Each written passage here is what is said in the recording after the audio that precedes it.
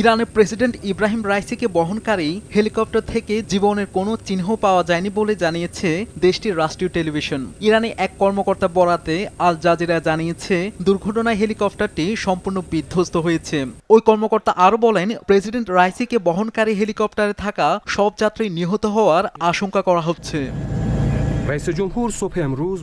Helicopter বিধ্বস্তের 11 ঘন্টা পেরিয়ে গেলেও ইরানের প্রেসিডেন্ট ইব্রাহিম রাইসির খোঁজ পাওয়া যায়নি। তাদের সন্ধান পেতে ইরানের পূর্ব আজারবাইজান প্রদেশের দুর্গম পাহাড়ি এলাকায় চলছে ব্যাপক তল্লাশি অভিযান। তবে বৈরী আবহাওয়ার কারণে উদ্ধার অভিযান ব্যাহত হচ্ছে বলে জানিয়েছেন দেশটির কর্মকর্তারা।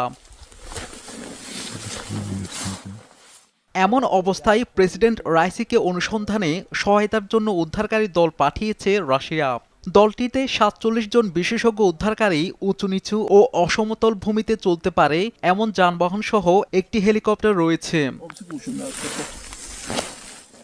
হেলিকপ্টারটির সন্ধানে ৩২ জন পর্বত উদ্ধার বিশেষজ্ঞ পাঠিয়েছে তুরস্ক।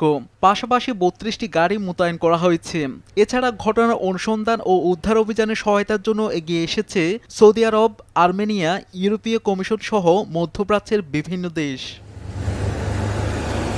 অন্যদিকে ইরানের প্রেসিডেন্ট ইব্রাহিম রাইসিকে বহনকারী হেলিকপ্টার দুর্ঘটনার কবলে পড়ার খবরে সহমর্মিতা ও উদ্বেগ প্রকাশ করেছেন বিশ্বের বিভিন্ন দেশের নেতারা। তবে কোনো মন্তব্য করেনি যুক্তরাষ্ট্র, যুক্তরাজ্য ও নেটোভুক্ত দেশ। রোববার আজারবাইজানের প্রেসিডেন্টের সঙ্গে দেখা করেন ইব্রাহিম রাইসি। তারা একসঙ্গে একটি বাঁধ উদ্বোধন করেন। সে অনুষ্ঠান থেকে ফেরার পথে রাইসিকে বহনকারী হেলিকপ্টারটি বিধ্বস্ত হয়।